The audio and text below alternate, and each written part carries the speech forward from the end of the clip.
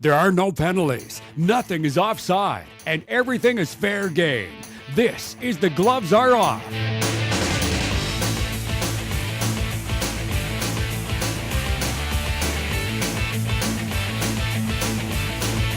Hello and welcome, and thank you for joining us on the set of The Gloves Are Off. Back on set is Coach Curran, who's fresh off an exciting weekend. How you doing, Brian? Very excited. Yeah. I mean, what a great weekend for our players. Well, what an event the whole weekend, so I'm really excited. And it's good to be back on the show. We've just missed you, Carly, so much.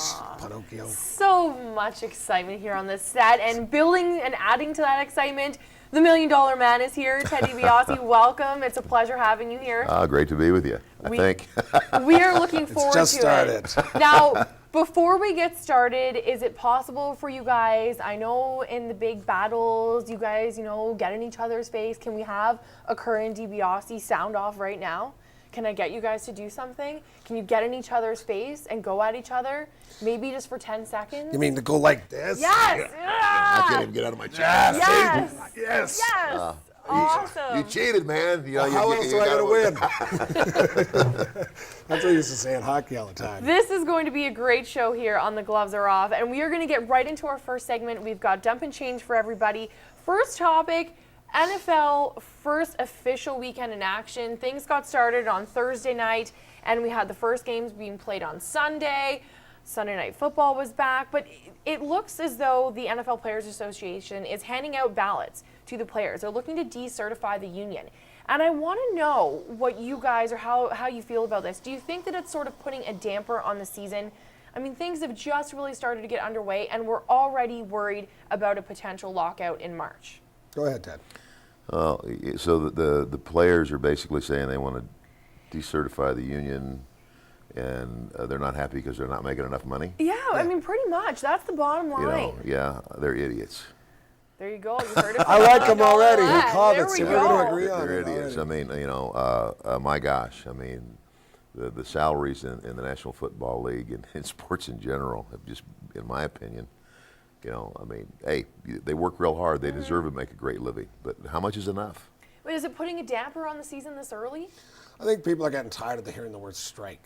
I think but see, the players from another perspective are saying, you know what, how much have the owners been making? Like, Jerry Jones brings this $1 billion, and everybody's saying, this guy in 10 years will have probably doubled what he paid for that whole building. Yeah. Why are the players not getting it back? But on the other side, how much is enough? I mean, it's getting to the point where it's ridiculous, and these players are whining so much. I mean, get what you're supposed to get. Have a cap. I like the cap. Make it higher for the lower player. All right, bring it up to $1 million. She does it. That's what I get to do. I get to shut you guys up whenever I want Just to. But me. we're going to talk a little more football. Man, Don't boy. get too upset. We're going to talk a little more football. Donovan McNabb. I need to put you in the ring. Oh, I would pay. Yeah. All right. Well, before we do that, Okay. let's talk a little bit about Donovan McNabb, Shanahan. They made their debut together. The last time that they played the Cowboys didn't look so good, but came out on top last night. They got away with it there at the end. Can I ask one question though? What? You're a Cowboys fan, aren't you? I'm a multi. Who's the number one fan. team? Come on. You know what? I'm a Manning fan, so I follow the Colts and I follow the Giants because I like those two players. Okay. But I guess I'm a Cowboy fan. Yes. All right. So were you disappointed? Are you kidding? Of course I was disappointed. Yeah, I mean, only 7 points, too. That's not so great. Yeah. Well, here's what bugs me about the Cowboys. They put together. They've got so much talent on the team. You're going to tell me team- Tony Romo's that talented. Well, The crybaby? yeah. I don't even have to argue this point. Yes! It's the only time The we're gonna bottom line is, in my opinion, with the Cowboys, is like instead of being worried about your own individual stats, let's worry about the team. You got a bunch of prima donnas. Well, you got rid of T.O. He was a big problem, so there you go. Yeah. Yeah, All right. I get to stop Brian. Again, awesome. Okay, we're going to talk a little NHL right now. Things are getting heated. This is just what I like. All right, let's talk a little NHL here. Hockey news. Picked the Vancouver Canucks to win the Cup this year. 40th birthday for the hockey club. Are they going to be able to celebrate with a Stanley Cup cake with 40 candles on it?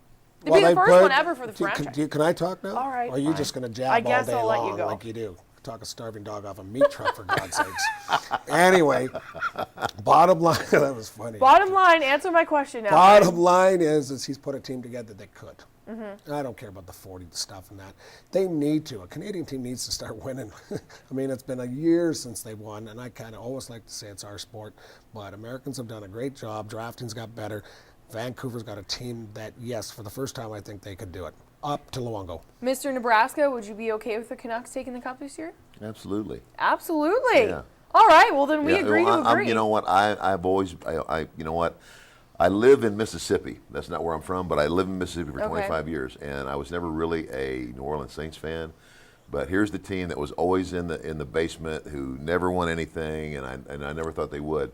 And you know, when they went to the Super Bowl last year, I was pulling for them. I always like to see the Oh, underdog. we're going to fix and get some grits later on. So he knows what it's all about. I live in Louisiana. Oh, all right, good stuff. Okay, well, let's talk about someone from the South anyways, Reggie Bush. When he was at USC, we all know he was a big winner. But the Heisman Trophy Trust is reportedly going to strip him of his award in 2005 because he took cash. Do we think that this is okay? I think it's terrible. I think there needs to be a statute of limitations on something like this. No, I think it should, because in my personal opinion, the Heisman doesn't just stand for the best. It stands for the best, right?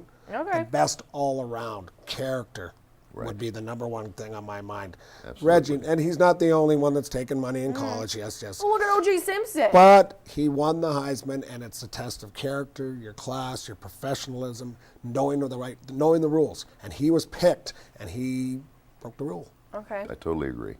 But you don't think that, 5 years? I mean, honestly, I think there needs to be a statute of limitations on something like this. How is this all coming up now? And if How do you put a limitation on character? Well, that's a good question. What a great There you go. Zach. All right. On I that like that. note, we're gonna move on. Let's talk a little golf now. I gotta make.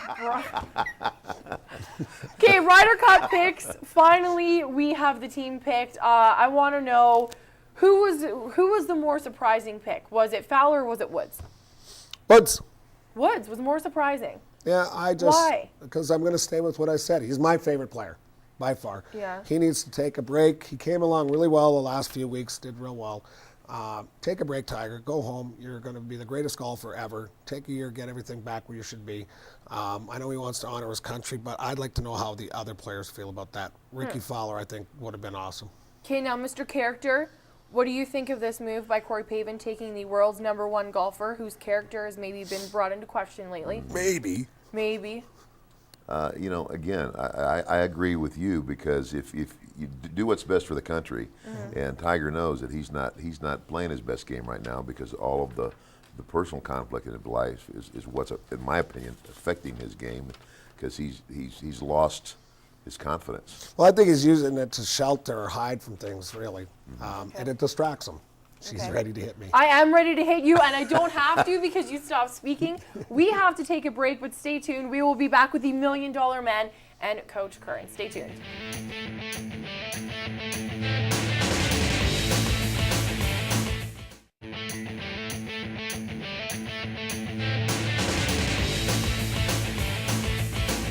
All right, we're back on the set of The Gloves Are Off, and things are getting heated already. Fortunately, there's no ring here on set, because I feel like I would probably be in the middle Is that of it right or already. not? Don't you feel like we should both take her in and just hammer Oh my her? gosh. Everybody's got a price. Yeah. See?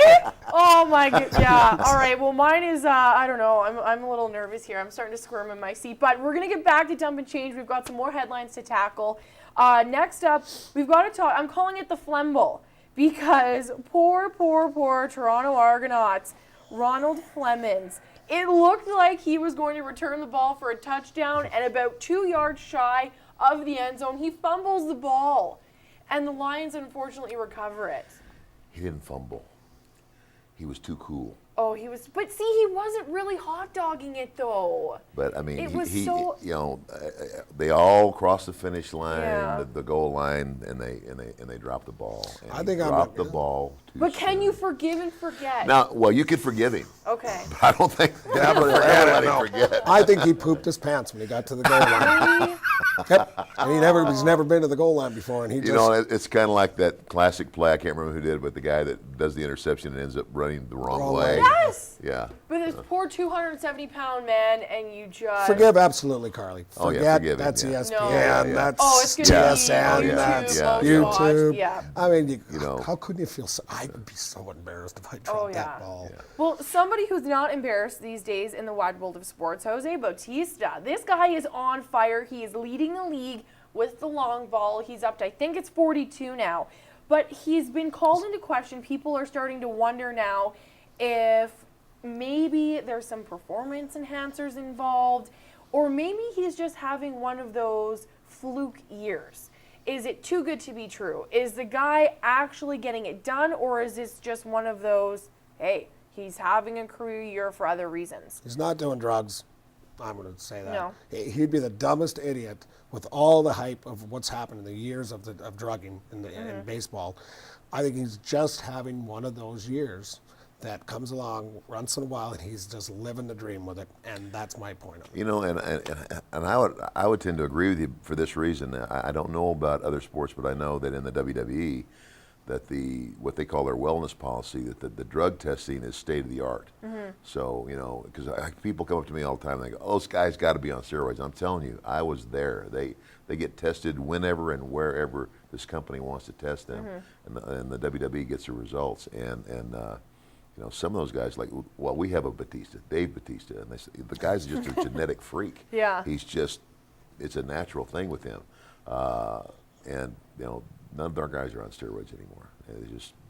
They just test for everything now. Well, you bring up wellness, and an incident that happened very recently here in Canada, Montreal Alouette was stabbed. It's very unfortunate. Walter Spencer, he's been playing in the league for 7 years now. He was stabbed very seriously, and he had to go to the hospital. Very serious life-threatening He's out of critical, injuries. I believe. He is, and they've released a statement. He's doing well, but is this something? I mean, to me, I didn't think that this really attracted enough attention. And I think, you know, it's kind of cause for concern.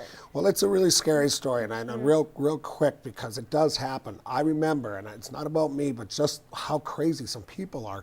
I was playing in Montreal. I always fought against Chris Allen all the time. I get a phone call at 3 o'clock in the afternoon that if I show up at the game, I'm going to be killed. Wow. I think it's a joke. I think somebody's fooling with me. It wasn't. You got to get the FBI involved. People sometimes they get. Wow. I don't know what it is. Is it Yeah. a concern? It's putting yourself in a bad place too. Well, see, that's what I'm wondering too. Was this the case of Spencer putting himself, being in the wrong place at the wrong time, or Yeah, where did he get stabbed? Who stabbed him? he was stabbed outside of a bar? Yeah. So, I mean, but then, you know, you have both been in the professional entertainment business when it comes to sports. Do you need to be that much more cautious, or was this just the case of maybe he was just in the wrong place at the wrong time?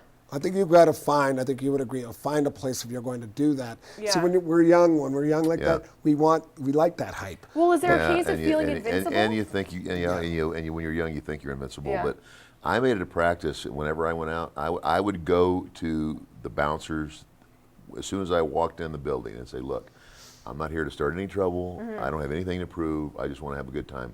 Would you please keep an eye on me?" Yeah. And they appreciate that, and it fended off a lot of stuff for me. Okay. You know, because I was a guy that everybody loved to hate. You know. Oh. There What it is. an evil laugh. He brought All it right. back too. Well, stay tuned. If you want to hear the evil laugh again, you're going to have to rejoin us after the break. We will be back with Offside, Onside. Stay tuned.